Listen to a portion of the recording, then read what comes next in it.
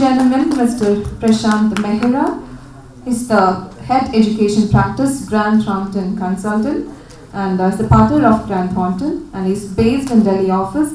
He looks after corporate finance with education as a focus area and he has been involved in most of the marquee transactions in this sector. And now let's invite our speakers on stage. Please welcome Mr. Sundar Natarajan. Let's put our hands together for Mr. Sundar Natarajan, who is a technology entrepreneur and angel investor. And let's welcome Mr. Karthik KS, founder and chief executive officer, 24/7 Learning. And let's finally welcome with another round of applause Mr. Tarun Mitra, founder and executive CEO, LearnQ. Thank you very much, sir. And now may I request our chairman, Mr. Prashant Mehra, to give the opening remarks. Thank you. It's been a real pleasure, and I'm sure the fun has just begun. Before innovation, technology, education, edupreneurship all sounds very technical to me. No matter how fancy things may have been said about me, but I'm a simple man of simple words. I'm a human before anything else. So just after the lunch session, I think the first job which I have is to wake you all up. So we're gonna do something very, a little bit for physical exercise. I'll try and wake you all up, get you all interested, and I'll then leave it to the experts because neither do I understand technology, nor am I an entrepreneur, and nor I know anything about innovation. I'm a pure consultant. My job is to, it's pretty much like what God does, to show the road, and then it's your job to walk through. So, I'm gonna do just that. The topic is innovation, technology, and edupreneurship. So, here's a small story. Most of you would have heard of a gentleman called Isaac Newton, and we know him better as the one who invented the light bulb. So I'm not sure if all of you know this, but Isaac Newton was a scientist, an amateur scientist. He wasn't a professional scientist. He was an amateur scientist, and his other job was to work for a company which we remember every morning when we're polishing our shoes or taking a bath or doing anything else. So he used to work for a company which we now know as Procter & Gamble. And Procter & Gamble at that point of time used to make candles. And they used to do extremely well. And the only form of light which anybody had was through candles. So he used to work for this company, and then he was on the verge of inventing the light bulb, and he went to his board or his mentor in the board of Procter & Gamble and told them that, I'm coming up with an invention which will revolutionize the way we see light. So I am a worker with you. I need some seed funding, and probably Procter & Gamble can pick up that project. So he said once, he said twice, he said thrice, and he was told that we'll get back to you. So did anybody get back to him? No. Nobody did. Yes. So like any entrepreneur would have done, he thought, okay, if they don't do it, I'll do it myself. But before going, he said one thing, that I'm gonna make the candle a rich man's product. And what does that mean? If it's a rich man's product, it's got no volumes. It's a rich man's product, that's all. And we know what he did. He invented the light bulb. And ladies and gentlemen, today is a day when if any one of you want to have a romantic dinner, we don't light a bulb, we light a candle. He did something else. He went and formed his own company, and that company is General Electric. The only thing which he did was not apply his brains, nothing else, just one small thing. He came out of his comfort zone. That's the objective, ladies and gentlemen. I'll start with a small exercise, and then we'll start with the speakers. Can all of you put your hands up like this?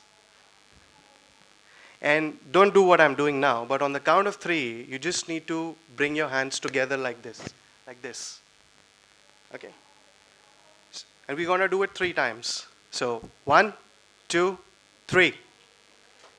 Please look at your thumbs and observe which thumb is on top, the left or the right. I don't need to know. It's just for you. You'll get the message. Once again, 1, 2, 3. Observe your thumb again. Go back. And last time. 1, 2, 3. Matthew, what thumb was on top? All 3 times? Okay. Anybody who got all 3 single thumb on the top? A lot of us. Okay, what thumb did you get on top? Left? So can you do something for me? Can you put your left thumb on top? Yeah? And switch the thumb. How does it feel? Uncomfortable? Ladies and gentlemen, we're born with something. We never knew this. For him, the left or the right thumb comes on top. When he switches his thumb, one small thing, switching your thumb makes him uncomfortable. That's the zone we need to be in if we need to bring about any innovation or any development in anything which we're doing. Be it education, and you guys are best at it, you're entrepreneurs, most of you are entrepreneurs. You need to come out of your comfort zone. Don't do what everybody is doing. If you do what everybody is doing, you'll be part of the herd. You need to be the men among the boys. And the only way to do that is to come out of your comfort zone. That's the message which I have for this panel and the speakers. And I'm afraid I was also to give a bit of a speech, but we'll probably leave that to the very end in case we have time, because one of my colleagues needs to catch a flight and we're running behind time. So we'll just start with their respective speeches for you and then get on with the panel discussion. And if we have time, I'll probably come back and say a few words again. Thank you so much. Thank you very much, Mr. Prashant Mehra, for that highly inspiring opening remarks. So please. Karthik, if I could request you to come up and enlighten us with your thoughts on innovation, technology, entrepreneurship. A quick introduction on Karthik, ma'am, please. Yeah, thank you. Ladies and gentlemen, Mr. Karthik KS is the founder and CEO of 24/7 Learning. 24/7 Learning, India's largest e-learning, consulting, technology and implementation company. Karthik has successfully helped position 24/7 Learning leading product 24/7 Learn Track, which was ranked amongst the best IT implementation in India by PC Quest for 2 years in a row. This company is funded by CNBC TV 18. Karthik's newest venture, Awakma Online School, offers an array of courses partnering with the prestigious Jack Welch Management Institute, USA, IMT CDL, Bharati Darshan University, and other courses ranging from senior leadership programs, MBA, BBA, to short-term certificate programs. Now, may I request Mr. Karthik KS to give a speech. Thank you. Thank you for the lovely introduction, and good afternoon to all of you. Thank you. It's great to see such a good turnout after lunch. In TiE Bangalore, we are quite used to this turnout at the education vertical specifically, and it's always jam-packed, probably because the current issues that we are as entrepreneurs and as employees in organizations are facing is lack of manpower. And the only way we can get this gap reduced is by increasing skill sets within our workforce. So what I'll do is, I've been given about 15 minutes time. So what I'll do is I'll share with you some numbers, some opportunities for entrepreneurs within the education entrepreneurial space. I have about a decade plus of experience in education and technology within education itself. But before that, I just want to get some sense of the audience so that I can tweak my talk accordingly. How many of you are entrepreneurs? Okay, almost all of you. And how many of you are already education entrepreneurs? Not much. And do I presume the rest want to get into education in some form? Yes? Brilliant, thank you. So which means that there is a heart in it, and I think many of us get into it because there's a heart in it, because we would like to do something for the country. First of all, question is, Can entrepreneurs build business around technology in education? Is there a market? Is there a scale? And I think these are the two things that we've heard in the morning. Entrepreneurs would look forward to when they start the business. I will actually talk from personal experience. Simple thing. There are two companies that I run. First company, which implements e-learning for large and fast corporates. We have trained 200 corporates, 2 million learners in 25 countries based out of India. This is not a Connecticut-based company who has done this. So it works in India. I have had enough questions from VCs which say that, boss, online education is good, but who does education? I have a question. How many of you actually are on social media right now? How many of you? Almost all, correct? So if I can be on Facebook, why can't I be on online education? Probably online education that we as entrepreneurs create is not as interesting as Facebook. So that's a gap. So there is a market, because I go to Facebook, but I don't go to online education. But then we solve that. We have another company called Avagma Online School where we teach individuals on online, on an MBA, and it is delivered to the laptop. In the last 3 years of our existence, we have actually grown double every year. So which means there is a market. The objective is not to give you numbers of my company, but the point is we have done it in India, which means there is a market. Let's look at the marketplace. What's the market size? This is the global market size for online education. And these are numbers that I picked up randomly from the internet itself. Let's look at India. The current market size is $20 billion. We just need to scratch it for us to get the valuation that Ganesh got. And by 2017, the market is about $40 billion, which means there is market for all of us together. We don't need to get $1 billion in revenues. We just need to get some 300 crores for us to get 1,000 crore valuation. I will also touch upon a few opportunities that are there in this market. Can you guess how many times on an average we pick up the mobile? Some wild guess. We need to go up. More than that. We need to go up. It's 150. So we actually pick up the mobile 150 times a day. And I'm sure there are days where we don't open our laptop, right? Example, when we go on a holiday, we always on the BlackBerry. We don't work on the laptop. So when we say online learning, it need not necessarily be mobile. It could be mobile learning itself. So let's just look at the market out here. There are 4 billion mobile phone users. I'm just giving random numbers to substantiate our stand that online learning works. 30% of the $4 billion are here. 30% of the 4 billion mobile phone users are based out of India or China, which means that A, there is a gap. B, there is an enabler, which is the mobile phone user. And when we say mobile phone user, we have actually forgotten the fact that we don't need to worry about bandwidth. Wherever mobile phone is there, bandwidth reaches. It could be slow, but it reaches. And there are technologies today where you can actually download and keep it whenever the bandwidth is available and then use it whenever it's not available. These are some of the trends as enablers for mobile learning. Mobile learning technology is actually getting more affordable, more accessible, and more functional. Mobile devices will be able to create more analysis, that's because as educationists, we typically would like to do a lot of assessments. And mobile phones will start becoming more used that way. Mobile devices will break the language barriers. We've already seen it with Siri and Google Voice. Mobile devices will encourage more authentic and personalized learning. And in my another slide, I'll explain how mobile learning are currently being used. How many of you have done an online learning, have seen how it works? So would you like me to, for the benefit of the rest, I have 4 slides. Do you want me to show how one of them works? Yeah, okay.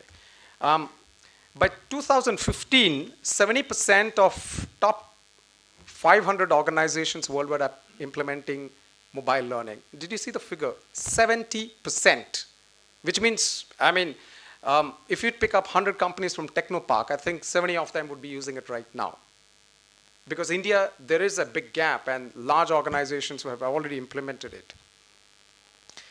We are all Facebook users, which means somewhere something is influencing us to use it. I mean, in India, IRCTC, almost all of us have gone to IRCTC. I mean, Google is, of course, next word to the newspaper that comes in the morning. And obviously, wherever there is opportunity, funds flow. Look at the amount of money that has come in, and this page itself gives us a couple of $1 million. These are the recent fund flows into tech education in India. Some of these names are not visible because once it becomes visible, they have already exited.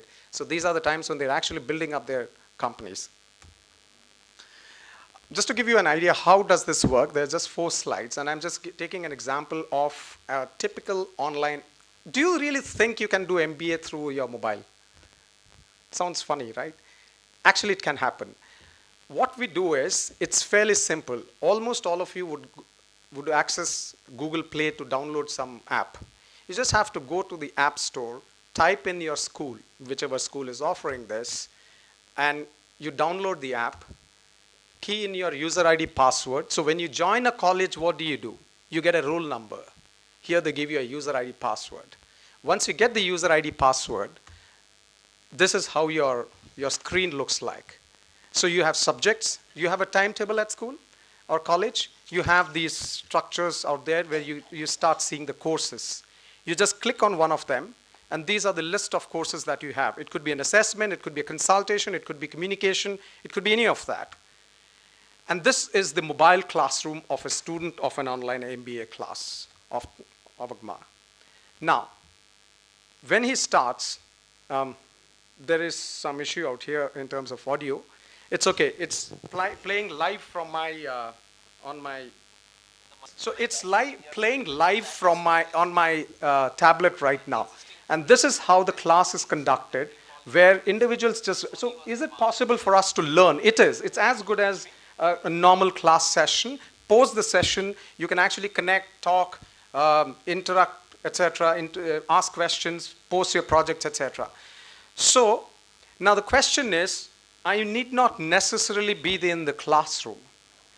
How can this is typically an example of an online education, and all online education need not necessarily be like this. It could be multiple facets. And I remember in my 5th standard, 6th standard, when they taught me the prism, and there was a light that came in, and then it became VibGeo. If somebody would have explained that to me in graphical format, I would have understood it much better then as a small boy. So all these are examples. These are applications. I just showed you one example. I'll have some more facts that I'll show you. As entrepreneurs, this objective is to give you facts and figures on the gaps, and you need to identify which are the areas where you can actually go and pick up. And I have an example of how innovative it was.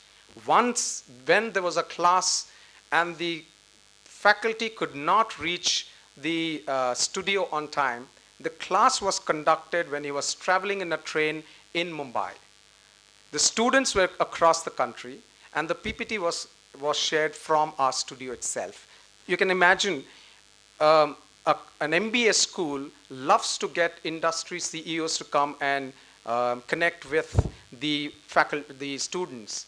The biggest problem is if you have your classroom in Trivandrum and you want a CEO to come from Mumbai, he wastes 2 days. In this situation, he gives you 2 hours. Do you think you can get his time? You surely can get his time. Now, technology in education is, where do you look for these opportunities? Whenever there is a demand for supply of knowledge workers, it's there in India. There is a big demand. Ask any CEO of large company, there is a big demand for that. The target population is 445 plus million, which means 5 to 24. So you can build apps, solutions for schools, colleges. This makes India the world's largest consumer of education services. There are 40 million students, and we cannot be competition to the existing school or college. Many of us, when we create a product or service, we become competition to existing structures. The moment we are, we will not get to grow our business.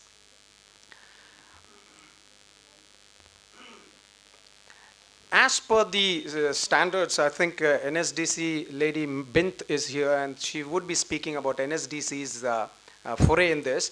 But there are about 1,000+ universities and 45,000 colleges potentially that can be opened up if in case we are able to show how we can reach out and create so many students. 19% of India's population, so I'm just rushing through this in the interest of time, but what I'm trying to add over here is that the opportunity is there. You cannot train 20,000 trainers if you don't use technology. You cannot train 45,000 students if you don't have technology. So some of the trends of technology in learning, the trend one is much lesser desktop, more mobile. We just demonstrated that. More games and gamification. Less boring PPTs like what I'm doing right now. Cool interactive tools within lectures are more important. If we can get games within the lecture itself, that's good. Less formal training, more informal social learning is what is the trend today amongst the youth of today. Thank you very much for your attention.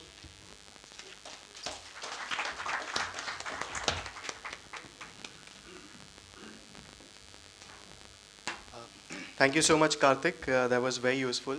I really wish when I was in school, we had those interesting sights and sounds which Karthik spoke about. The only good sight was that I was from an all-boys school and there was an all-girls school next to my school. And the only good sound was the bell to go home. So we've come a long way since then, and I'm sure it gets better with entrepreneurs like you working on technology-enabled education. With that, if I could invite to come on stage and present us with his thoughts. A brief introduction by the lady here, but a very important guest with us today, because whatever we may think of, we need the green bucks and it's gonna come from him. So over to you, sir. Thank you very much, sir. Ladies and gentlemen, Mr. Sundhi Natarajan is a technology entrepreneur, angel investor with over 18 years of management experience in enterprise, software consulting and finance industries. Sundhi is a founding partner at Chiron, a global accelerator based in Bangalore. He is currently the managing partner at US-based Sparksoft Ventures, focusing on early stage technology investments in education, healthcare, HR involving mobility and technology. He serves on the board of directors or advisors of several investing companies based in the US and India.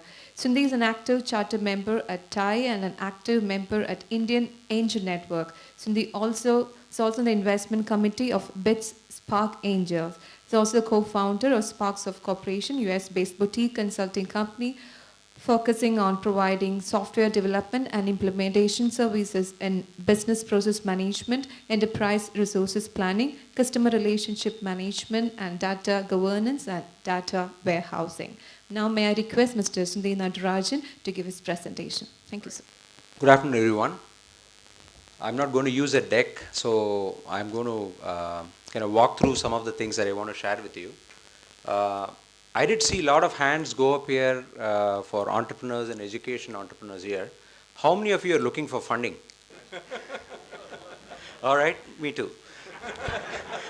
So let me definitely touch upon a few things in terms of sharing some of the macro trends that I see as an investor in the education space. Trying to compare and contrast things, and then a few nuggets and opportunities that I see for sure that these are really big for entrepreneurs like you to take on those challenges and look out for areas of expansion and growth within the scope of what you've already been doing. And finally, I can definitely share some of the experiences how I've been on the other side, raising money, building companies, but now I'm on the other side, looking at companies and looking at ventures where I can potentially fund. So a quick background, my current role, I wear different hats, as it's very evident from my head. Looking at one side of things where I am very active angel investor, where I've already made some investments in the US companies. Now looking at opportunities to scale, opportunities to globally take them to other markets. And on the other side, I'm also looking at some of my portfolio companies where the company is not ready yet to make revenues or hire a full-time salesperson or a marketing person or a strategy person. I help them in day-to-day operations of actually scaling them in those areas with understanding that they'll be able to hit the milestones and take things from there. And I always share this story. This was about 4 years back when I was in the US at the time. I didn't know whether I want to come back here or not. But around the same time, Christmas time, my daughter was about 6 years old and doing very good. As Desis who are abroad, we want to push our kids to do things better. Learn mathematics, learn all these kinds of things. So she was going to this program called Kumon. I don't know how many of you have heard about Kumon. I see quite a few hands. So Kumon is basically a worksheet program where you send your kids and there's a classroom. They'll give you volumes of worksheets. You work on it and ace it, and you become a better maths student. So around Christmas time, when I was asking my daughter, what is that gift you want for this Christmas, right? So the most surprising thing I heard from her, she was then just about 6 years, was, Dad, can you give me a break of 1 month from Kumon? I said, man, are we doing something silly here? Because in our childhood, we've always been looking at our parents and, you don't really care. Why I landed up in engineering is because you get pushed into something and end of the road, there's only two folks, engineering or medicine, you jump on one and keep going, right? So here, a kid that's 6 years old has got something in her to come back and say that, hey, give me a break from this for a month as a gift, made me think. And then my only question to any kid in that age group of 6, 7, 8, do you go to a program like Kumon? Would you like a gift? Consistently, 100%, everybody came back and said, hey, I hate that program, right? So now, that made me really think and say, what is that? What is that different where everybody hates it, but still looking at it? So I did some research, and I found out that market was a $8 billion market just in the US, 8 billion, which is a huge market. And I said, man, if we can only look at this market and try to disrupt this in some form, fashion, that's a golden nugget, because I know for a fact that every kid hates it. Every parent hates it, right? Because the model is you need to go, drop this kid, pick up the kid, you have nothing to do for 40 minutes, doing this left-right thumbing. So parents wanted to change, kids wanted to change, so we thought, how can we disrupt this model? And so that's one of the companies that we've actually funded, called Tapter, which actually offers this on iPad with gaming and all the other experiences. I wanted to share the background in terms of where it all started. So from that day, I've been looking at education as an area, because more and more I think about it, the big the gaps are, and more the opportunities are people like you here in the room. So let me share some of the fundamental problems and why we are here, right? So at the very outset, let's take US market. Everybody thinks education is great there. Schools have iPads and all those kinds. But the fact is really, Obama, I think President Obama came out and publicly admitted that, hey, STEM, that's the science, technology, engineering, math, is horrendous. They are literally going back to the drawing board for the schools and completely revamping their curriculum syllabus. Guess where they're picking everything from? From Singapore. Singapore math is where they're picking up all the principles and completely rewriting their Common Core standards. So on one end, you have a developed nation that acknowledges everything, but they've come back and completely acknowledged. So what this has led to is, number one, about 70% of the schools, I'm talking about district schools, which are more or less comparable to the government schools here in Paradigm, all of them have tablets. So gone are those days and where you have these backpacks and pretty much everything. Everything else, including textbooks, including their homework, everything else is online now. And they pretty much shrunk it all into a tablet where they're going to use it. Whether you like it or not, the world has adopted it, and so a lot of investment that's already gone in transforming these things into utilities and things like that. But guess what? On the other end, people have also done a lot of research and found out gaps in the way things have been implemented right now. So the first foremost gap that they see is almost all the kids have tablets and iPads and everything, but guess what they're doing in the school? Angry Birds, right? So there are still not many applications that can really justify the use case of having a tablet. So millions of dollars have been invested, and you see a lot of companies already investing in these areas, and which naturally will be adopted in some form, fashion, and things like that. So that's US on one end. You already have things steam and rolling, but there are still implementations. And another data I thought I'll share with you is there's a research that was done on all the online tests, because learning is not complete unless you watch a video, you do something, but unless you test, you don't really know if the guy got it or not. So assessment is a big piece. Unfortunately, because of the way the technology is built, almost everybody, every assessment is a multiple choice question. So how many of you here at some time hated multiple choice question here? I see a few hands. But the problem really goes back to the extent where they did a research and found out about 38% of people who they think should be answering the question was really not the one who was answering the question. So an example is a school gives you a homework to do multiple choice. More than likely 38% of the time it's either their parents or their elder siblings who are actually doing the problem. There is no way to find out whether you are the really one sitting back and doing these things. So again, these are some of the after effects of jumping into solutions that have been looking at various vantage points. Now I'll take a pause and try to share what I see as an opportunity when you look into India, right? The first and foremost problem that we have in India, as all of you know, let me start with some numbers that will really make you think. So can anybody guess how many newborn babies are born every minute? Just a random guess. Oh, that's too much. So about 32 babies are born every minute. So that's as per a few weeks back when I tried to dig in some research and everything. So what that really translates to is we have about 2,000 babies born every hour, every single hour. Just do a math. If 2,000 babies are born, when these babies grow up to 2, 3, 4, the first thing you need, what do they need?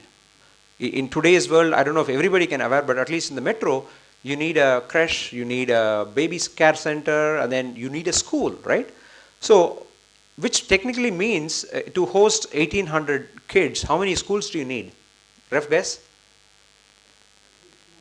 At least 2 or 3 schools.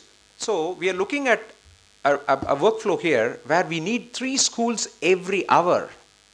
Can you imagine the magnitude? So how many teachers do we need then? In a worst case scenario, again, maybe 20 teachers in each school. We need 40 teachers every single hour. So this is a burning problem. If you look into the models that we have a very focused real estate centric model. What I mean by real estate is you need a school, a building, because people are pretty much known that I need to send my kid to school, which means it has to have 4 walls and a door and a watchman and a principal and a teacher. How is it going to be realistically possible to build so many schools? Imagine the cost of land. Imagine the time taken to even get all those zillion approvals we are talking about to get a school up and running and get the kids in. Impossible. So that to me is the biggest crux that India is trying to go through. And on the other end, you also couple these things with technically, I'm going to ask these questions, in your generation, how many of your relatives or your close relatives or teachers, can I see hands go up? Maybe 8 or 10. How many of your, within your family or within close relatives, you have students? How many of you? So I have more hands go up, literally, right? So the ratio of students to teachers is really a big problem that we can do. So anybody here who can actually work out on creating a school, 2 schools in an hour is going to be a winner. Creating 40 teachers in an hour is going to be a winner. That's a problem that we pretty much have to accept and pretty much go through. So now that having said, let me take some extrapolations here and see how this problem is even further manifested with some of the problems we've seen perfectly before. So out of the entrepreneurs here, How many of you are in the content business? Meaning you create content for somebody. I see a few hands. How many of you are in the segment of servicing products or services to kindergarten to 12th grade, meaning schools? I see quite a few hands. All right.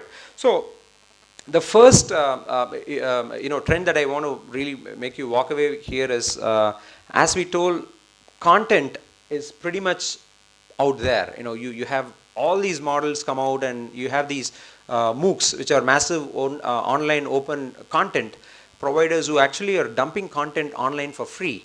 So now the problem is, if you are in the content business, think about a few things. Number one, content is already out there which is free. So how are you going to differentiate your content is a big thing. But there is also some specific content that is out there, but then the content itself is changing its focus from generating content to what I call as content distribution and content consumption. So let's look at what that means. So in today's world, because of the problems that we have, everybody is looking at computers, right, as a source of doing it. Now, can you take a guess why computers are going to fail big time? And even more so is, number one, power is going to be a big drawback almost in all the cities that I'm going through and all the tier 1, tier 2. And for example, I was visiting Coimbatore the other day. They were saying 7 to 8 hours of power cut in a day. So what if you're a school and you have a computer?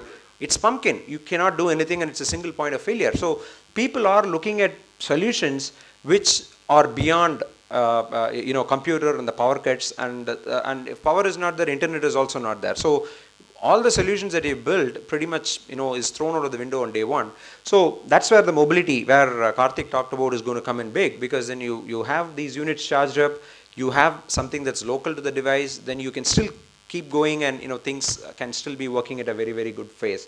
So that's what I call as moving away from a content generation business models to content distribution and content consumption model. That's where I think there is big opportunities and problems that we talked about, based on this, that you can really be solving.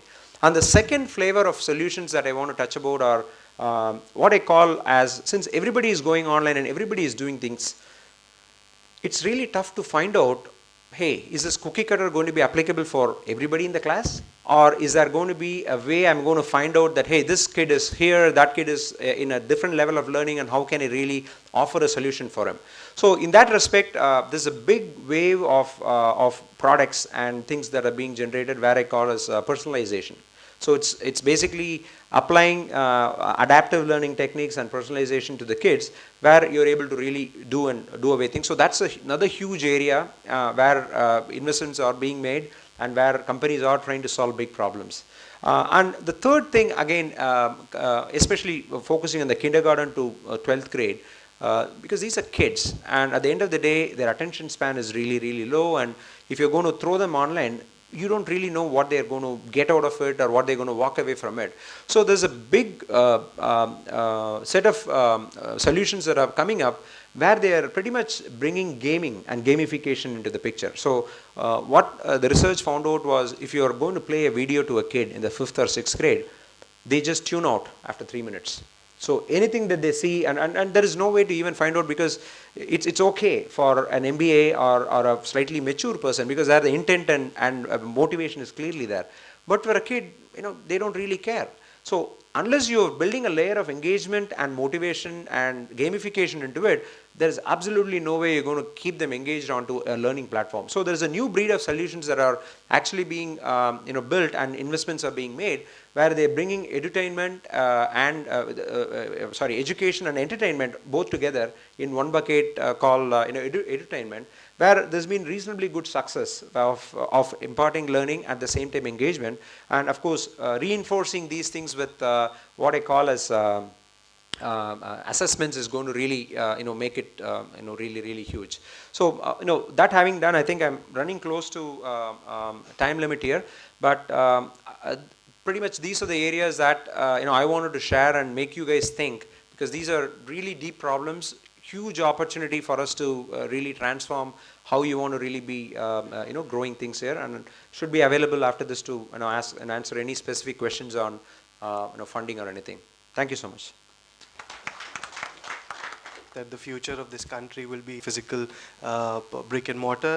That's left to be seen.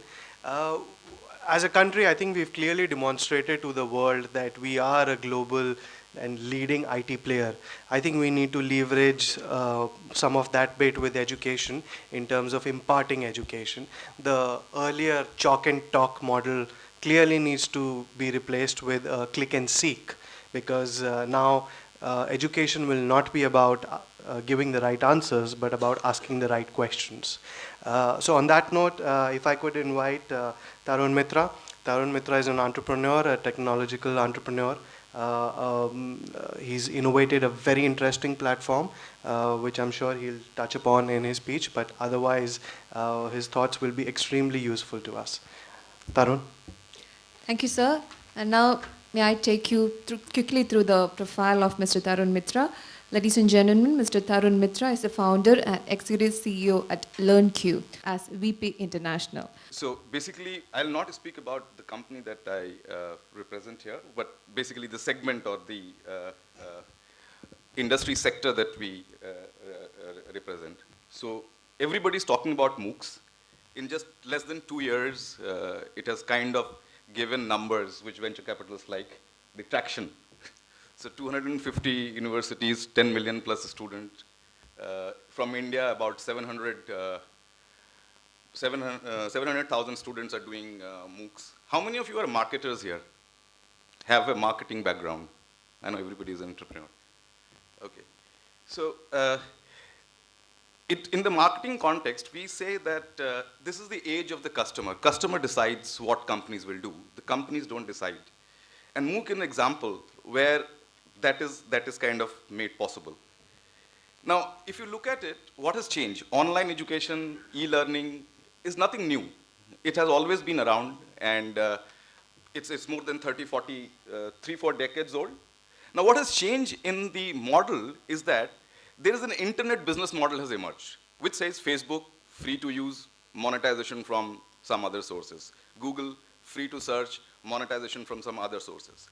Now, that is what is differentiating this. Previously, it was not possible because these kind of models was not existent, and secondly, to very large extent, even penetration was not.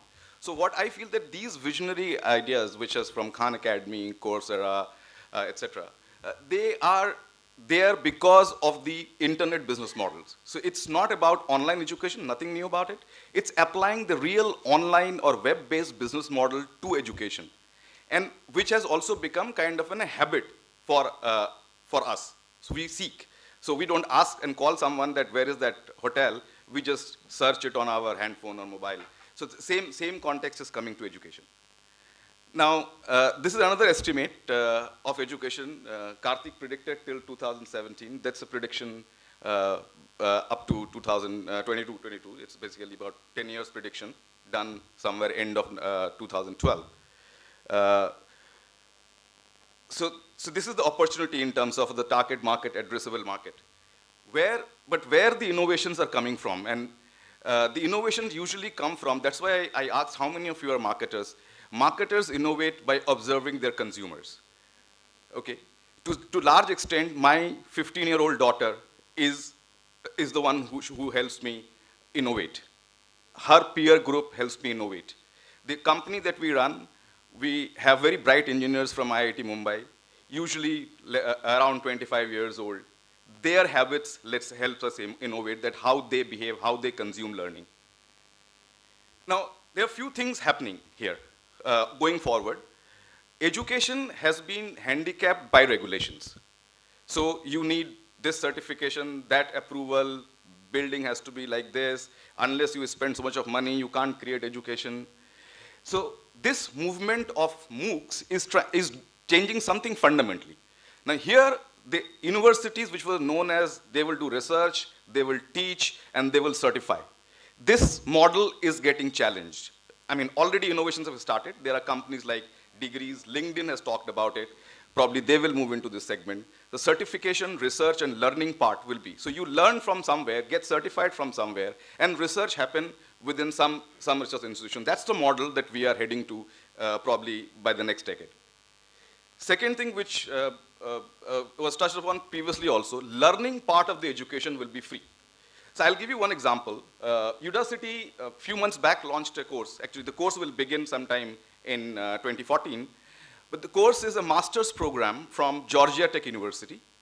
The course in the campus cost $60,000, $69,000.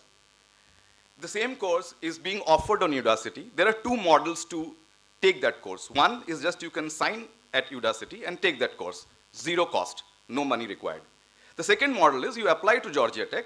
Georgia Tech will go through their admission process, take you in, then you will go through a moderated online learning, pay just one less zero, $6,900, which is 10% of what is in-campus cost, and you will get an option to get certified at the end of the program.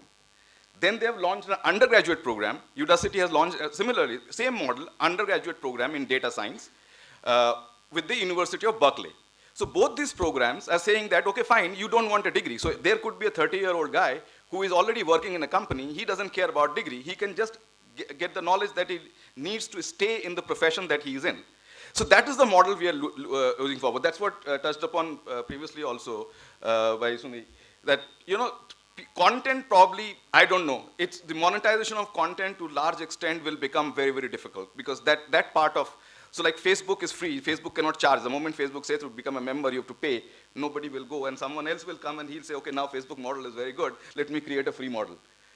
That is going to happen. Now, schools, as we have discussed, that it has to be 4 balls, no. So I had an opportunity to work with a gentleman called Swagata Mitra. Anybody in education would know him.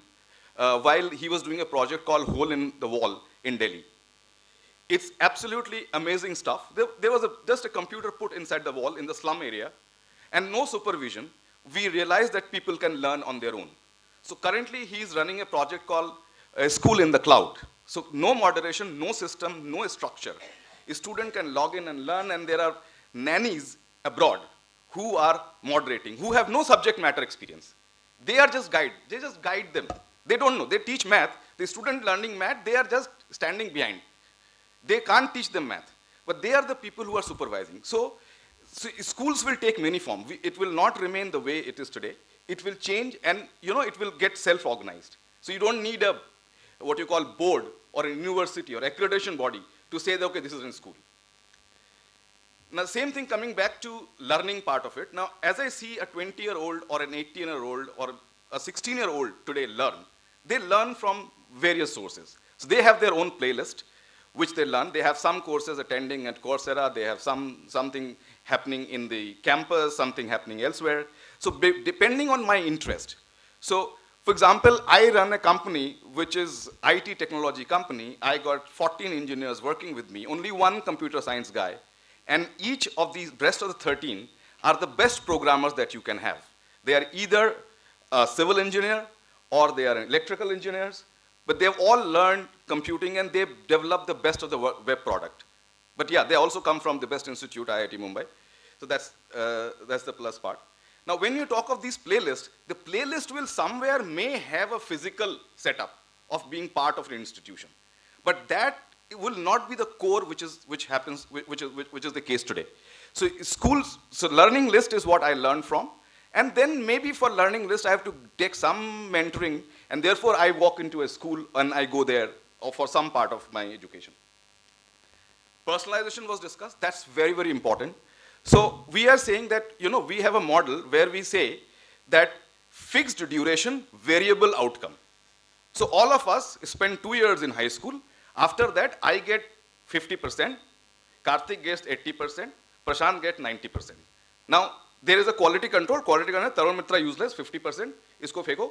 Now, these two guys are good, take them. So it's a fixed duration model which has to change. We are talking of fixed outcome. So if somebody has to migrate from something as basic as a high school, it has to be some kind of this thing. Okay, somebody can do it in 1 year, somebody can do it in 3 years. So fixed models, so these are the models which will change. So personalization will come in education in many ways. Again, the work is going on, and the biggest contribution of MOOCs will happen in personalization, because when you have access to the learning habit of tens of millions of students, and you can track them by each click, you can use that data to do a lot of things. And good thing about our own habits, our own clicks on a computer is that it is a million times superior than doing any survey. Because no, I'm not responding to a question. I am actually behaving and somebody is capturing that behavior. That is where the biggest contribution of MOOCs will happen. As a matter of fact, they are currently tackling an issue of a very high dropout rate, and they have got reasonable success in that. So they can see that, okay, this student is going to drop out, and then they try to engage with them so that the dropout rates go down. Now, educators as a form will change. So we're talking of education agents. So if the best professor of Stanford can teach 10 million students, that probably would solve the problem that you said, that we will probably not need so many high quality teachers, but we would need somebody who can mentor, who can actually solve problems, engage with the student and see that they go through. So there will be very forms, this role itself will think. Now, apart from that, what is going to happen is there is a variety of learning resources which will come into the play. So like you have, we saw Khan Academy, everybody knows. So that's a social learning resource, it's for free. There's an organization called C2K.org,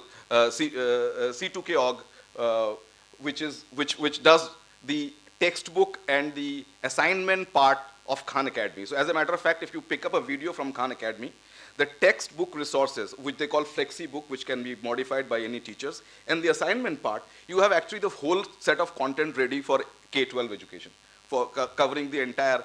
Now, there are other resources like Learnist is a company which some of you may be familiar with. They are a Pinterest clone, and their learning boards can be created. So teachers can go. So for example, I create a learning board on e-learning, and which any new recruit in my company can go and kind of watch. So you have Edmodo, Lore. My company, LearnQ itself, is in that facility. So we are a social learning resource which anybody can use the way they want. So these are the companies will come and they will fill the resource gaps. Now, what happens is that at some point of time, these virtual communities will take over the learning. So the formal education system will probably a thing of a past, where they will decide the entire way forward. These are the bodies which are getting formed. Like there is an Open Education Alliance. As I mentioned, LinkedIn has moved into the educational space with university pages. We can very clearly predict that probably they will do some kind of a professional score kind of a model which says that, okay, where you've studied, what has been your experience, how fast you have grown in your career, and that would probably become an industry norm. There's a company called Degreed, which is doing the similar thing, like what Cloud does. Okay, this I already touched upon. And a lot of social resources, more and more resources are coming in the picture, which will kind of change the way we do. A credential itself, as we say that, okay, now MOOCs are already getting accepted. So we receive CVs where people say that I have completed this MOOC, I have completed. They have a completion certificate, which means at least they attended the course till the end. And sometime it is good enough for us to assess that, this guy knows this subject, because those subjects are not being taught in the universities yet, in some cases. So new forms of credentials will come, which will help you demonstrate your, mastery. Now, on the learner side, the challenge here is to learn things which you don't know you would need. So the ability to learn, like we said, not the answers, but the questions, that what questions. So for example, none of us in this room, or rather most of us in this room, wouldn't have known that social management or online social reputation management or participation in social platforms will become such a critical success skill in marketing. I mean, we generate almost 30% of our B2B leads on Twitter. Okay? And I didn't know that something like Twitter would exist when I reached this stage. So, and more of such things will come. So as a learner, we need people who can figure out and learn fast with the changing times. So what we are seeing here. So this is all, so for example, textbook. Textbooks is another area of, I particularly like a company called Boundless. Now Boundless is again a algorithm-based textbook producer. You can go and write the name of any textbook. It will say, producing your textbook, and maybe in few minutes that textbook will appear, which is absolutely free. What they do is, they aggregate the reference used from that textbook at various places on the web and construct the book. Okay? Undergraduate curriculum courseware in US cost about $1,200 per year, right? Now they have a subscription, they have come up with a subscription model of $20 per year. So all you get books for $20, which are e-books, which you can consume. So part of it is some material which they are licensing from others, and part of it are their own produced material. So that's where I am. For questions, you can use our Twitter stream. Thank you. Thought. We're running short of time, so I have some questions for all the panelists here, but I think it's fair to give the audience also a chance to ask questions. So we'll do that, and in case we're left with any time, I'll come back to the panel with my questions. So if anybody has any questions, if you could tell us your name, your organization, and to whom that question is addressed to. Any questions? Hi, I'm George from Avcon Solutions. Karthik, you were mentioning about social learning. Can you please talk a little more about how it will be relevant and what's actually happening in that space? What's social about it? Okay, so I think if you look at the way we communicate today in the corporate world, it's through emails. But there is a shift towards collaborative communication, where you don't send an email, it's all available in an application. I'm not recollecting the name of the application, but there are organizations who are using a Facebook kind of Yammer.com, for example, where there is all these are applications where people communicate with each other. So what do we do in a class today? I mean, the traditional way of education is one-to-many. The teacher stands and says, please listen. And I think what happens in good classrooms is where there is a lot of question answer, there is collaborative discussions. It's not just in our B schools, but even in the junior schools. So if in that scenario, online and social learning will pick up. Platforms are currently available and will be available in a better format, where students will start communicating with each other through Dropbox, through platforms where they start interacting with each other. And the teacher at the back end, like the nanny over there at the back end, who would be proctoring this at the back end. So these are forms of social learning. And I'm just giving you an indication. This need not be, so the point is typically when an idea is already out, then it's already become an event. Then I think there's no more uniqueness in it. But what I'm saying is there's much more disruptive natures that can be configured as we go by. Hope I've answered your question. See, since Karthik already explained it, there are very specific product which I'm sure some of you would be familiar with. Quora, you are not aware of. That's social learning. Learnist is social learning. Okay, Edmodo is social learning. Which basically where is saying that you learn, actually learning was. So it's you just imagine Facebook. I mean, before Facebook also we were social, right? Now we have taken that, we have applied a web onto social, and therefore we are social on the web as well. So that's exactly the same thing when we talk of LearnQ is a social learning product. So you follow people that who you think can add value to you. You follow topics that you think you are interested in.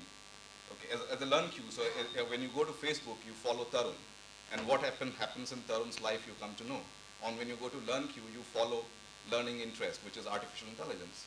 And whatever happens in that space comes to you automatically without your asking for.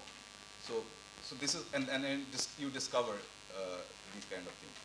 There are enough products already, and they will grow. So which was the company which you talked about where you invested, which is Kumon Workbook, It's called Taptor, T-A-B-T-O-R, Tablet Tutors. In fact, they've recently launched the service in India too, where anybody who's got a tablet can download the app free of cost, try it for 2 weeks free, and then you can pretty much sign up for a monthly subscription and get using, where you actually get the support of the tutor remotely, supporting the kid right out of your home. Hi, name is Sunil Matthew. I work with the visually challenged. So this is a different question, maybe interesting for all of you also. What is the work that has been happening in the space to help the visually challenged take up education? Because right now, all of you are talking about education for English speaking primarily. I'm assuming all of you work in the vernacular space also. In India, unfortunately, we are only 150 billion people who speak English. We are a country with 1.3 billion. The education space for the visually challenged specifically, it's the second part of the question also. Do you also do CSR initiatives as part of your companies? Will you be interested to fund very innovative ideas in this? I have a response to your first question, and that is that you assume that this is English. No, the assumption is completely wrong. When we say technology today, technology is just a backbone. You just saw one lecturer speak. That could be English, that could be Hindi, that could be any language. And it doesn't take much time to convert that. That's the first thing. Second is the question of visibly impaired learning. We in India do not do much of it, but the content that 24x7 Learning creates for the American markets have to comply by certain standards, and they are for the gifted folks. So it is possible. In India, that's not a statute, so we don't do it. In fact, I wanted to share this experience where this was in a school. About a couple of months back, there was this gentleman named Ramana. He was an ex-Yahoo guy and IBM guy. He was completely 100% blind. And the way he dealt with the whole thing was, there is a prepackaged software that is available for multiple languages that pretty much walks you through every single thing that you want to do. So that's one thing for sure that can work. But then if there is anything specific, I think India, as is rightly said, it's lagging still. But there is cut and paste technology that is available that can be leveraged for very incremental extra cost to make this. Sorry, just a follow-up to Mr. Arun's. You mentioned about textbooks, which with limited content license could be used by all users. I'm assuming all users is visually challenged also. Because right now, a visually challenged person in India is dependent on someone reading for him. There is no content that's available online or even in e-format. So it's dependent on a parent reading the entire textbook page by page, converting it and reading it for him either as soft copy, which is an MP3 or whatever. So just a quick question. Can we take that idea of the textbooks that you mentioned, work with the ministries of education? The population in India is 36 million to start off. You can save parents and friends a lot of time and effort by just converting our textbooks, regular school textbooks, into e-form. As you said, these technologies are available. They need not be developed. I mean, these technologies as part of, so it's a US company, Boundless is a US company. I'm sure they will comply with the US requirement. Therefore, they should serve this community as well. And it's a matter of maybe bringing the content in the Indian languages and applying the same technology. The latest version, iOS 7, has a disability function where it pretty much talks through every single thing as long as it fits into its own thing. So something like that can be researched, at least as a initial thing to get going. But the language it supports is right now English. But if you're in a local dialect, then I don't think this. Text to speech is available as part of the operating system itself. So I don't think that's an absolute must now. Now that Siri and all of that has come in, it just converts automatically. It just reads line to line.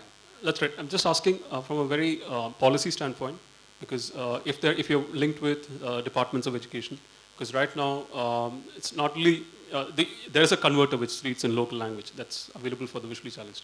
But otherwise, if there is a policy that can be taken up, which helps regular textbooks, we're not even talking about MBA. MBAs definitely, but then if there are regular textbooks, you're creating an entire pool of people who are educated at the grassroots level, who can then utilize all the facilities that all the companies, online companies are offering. It's a huge potential is what I'm trying to throw out. Yeah, I have one, because learn about new things, but ultimately it's about the maturity of the industry and finally getting the bucks to get it financed. So Sundi, I'm sorry, but I know you've spent a lot of time telling us good things, but finally one question for you. How I see technology in education is that, according to me, technology is only an enabler.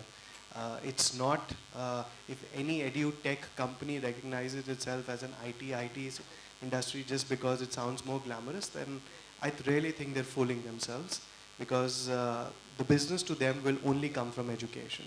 And education currently has one eye missing, has one hand missing, has one leg missing.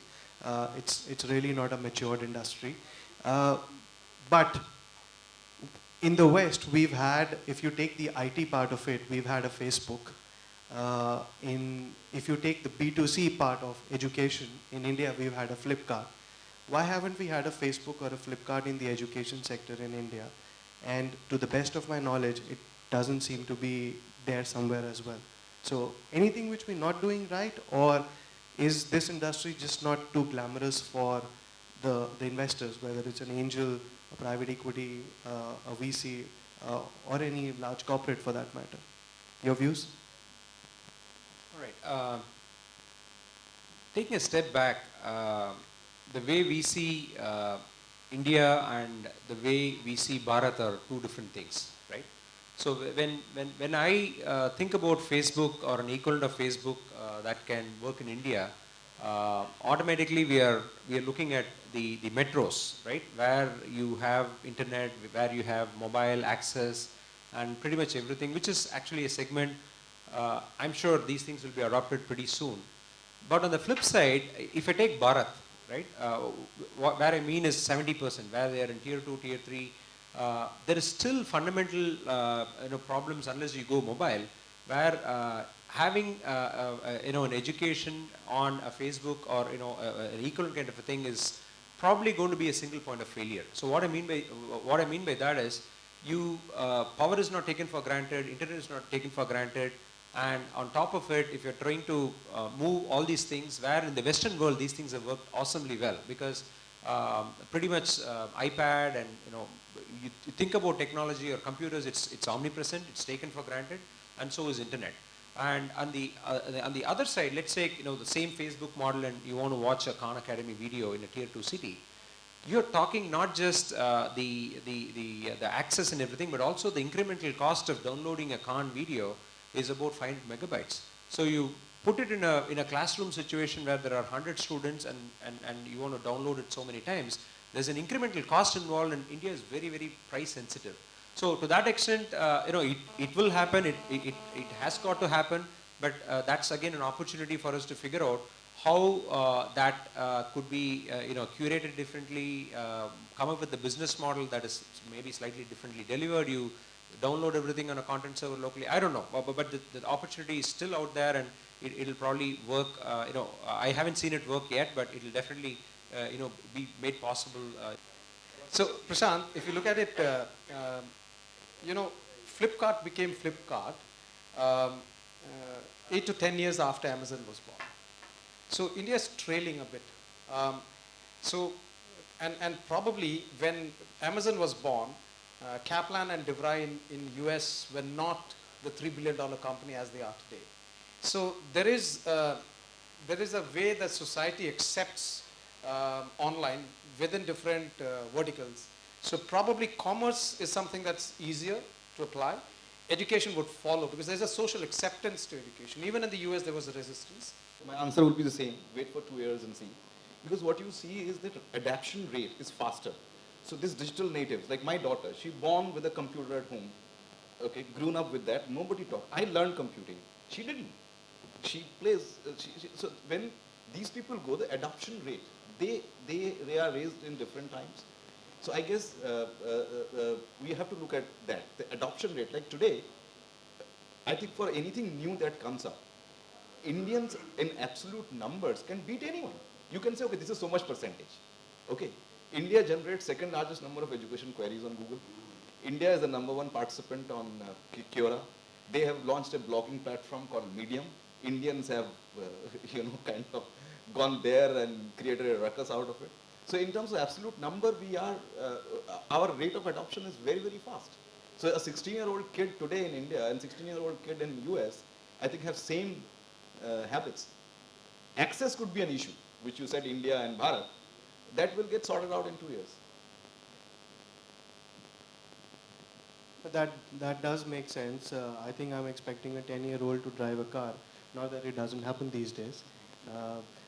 But yes, you know, I mean, if it's one industry that I've sincerely believed has done well for itself, it's and in terms of India specifically, both in terms of the maturity as well as the quality of technology or the price sensitivity, is the telecom in this country.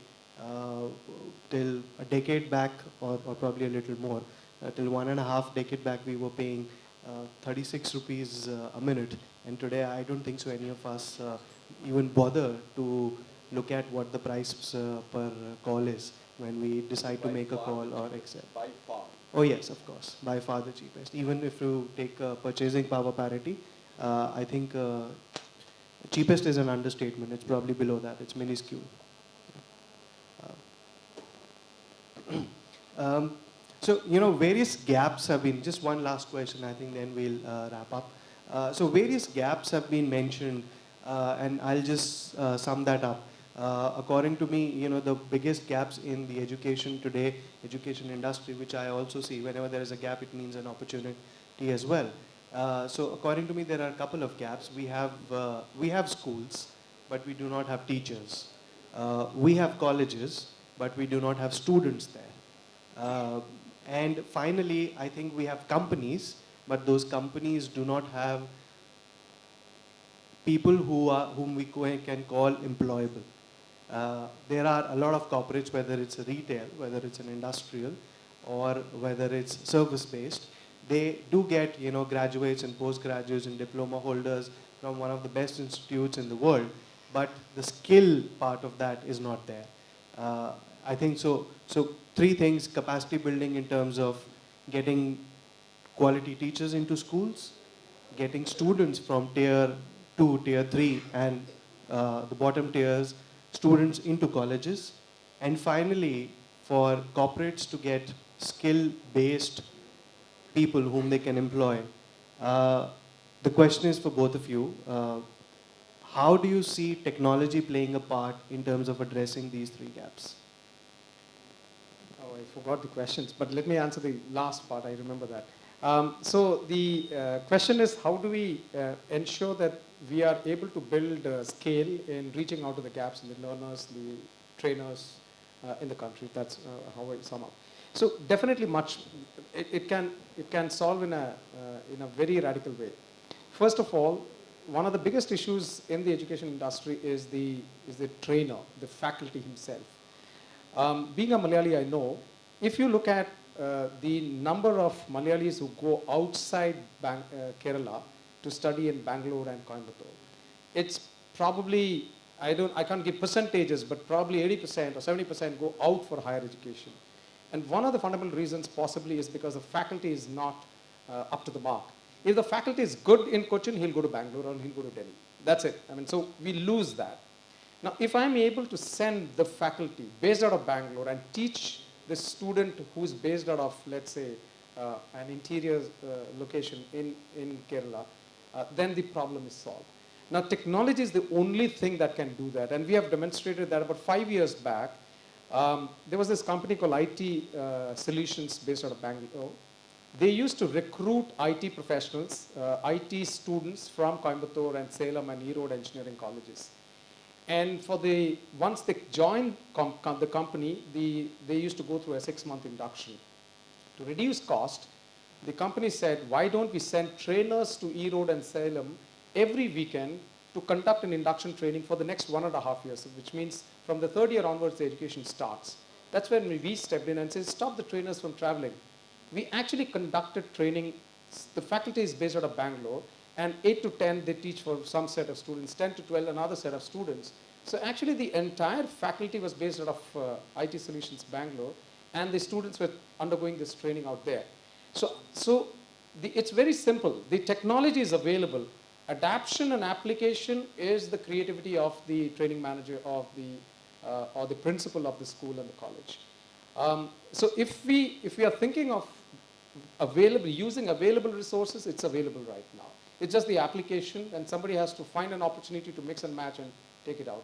The way we are doing, Abagma Online School has found an opportunity to reach out to the working professional who missed out on his higher education, And we are reaching out to his laptop, and we have quality faculty sitting out of Bangalore who's conducting these classes across the globe. We have students from about 12 countries who are logging and doing an MBA. So that issue is no more. It's mass adoption is the issue. That's it. Did I answer all your questions? Yes. Just let me add one.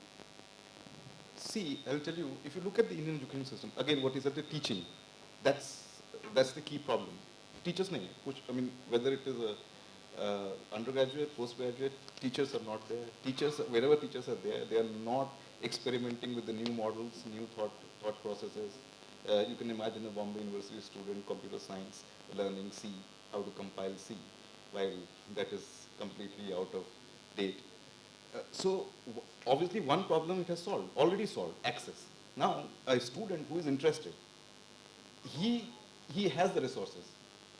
You know, today it is possible if you are motivated enough. Motivation could be another challenge to address, but if you are motivated enough, you can self-learn anything using the internet.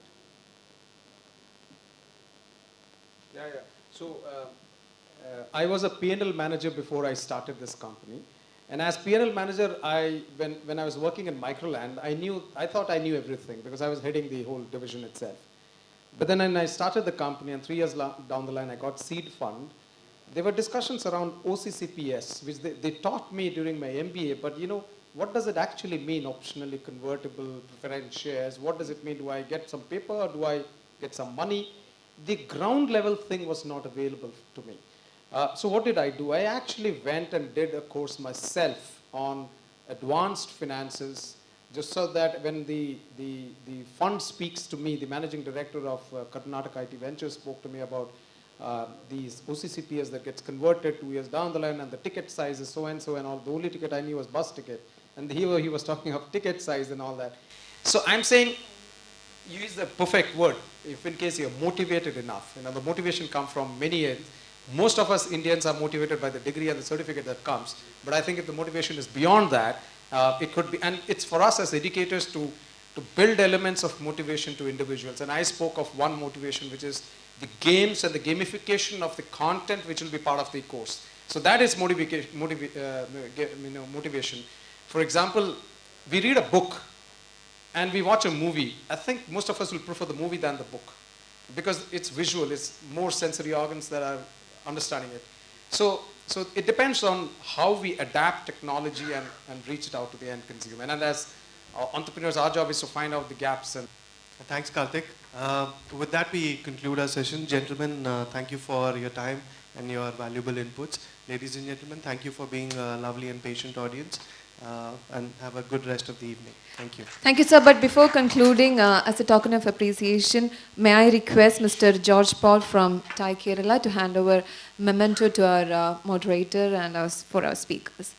So kindly hand over a memento to our moderator, Mr. Prashant Mehra, Head Education Practice, Grant Thornton Consultant. Thank you very much, sir. Thank you very much for coming over and for chairing the session. And now, as a token of appreciation, kindly hand over a memento to Mr. Karthik KS, founder and CEO, 24x7 Learning. Thank you very much, sir. And now, sir, kindly hand over a memento to Mr. Sundi Natarajan, technology entrepreneur and angel investor. Thank you very much, sir. And finally, as a token of our thankfulness, please hand over a memento to Mr. Tarun Mitra, founder and executive CEO, LearnQ. Thank you very much, all of our speakers. Thank you very much. Have a great day.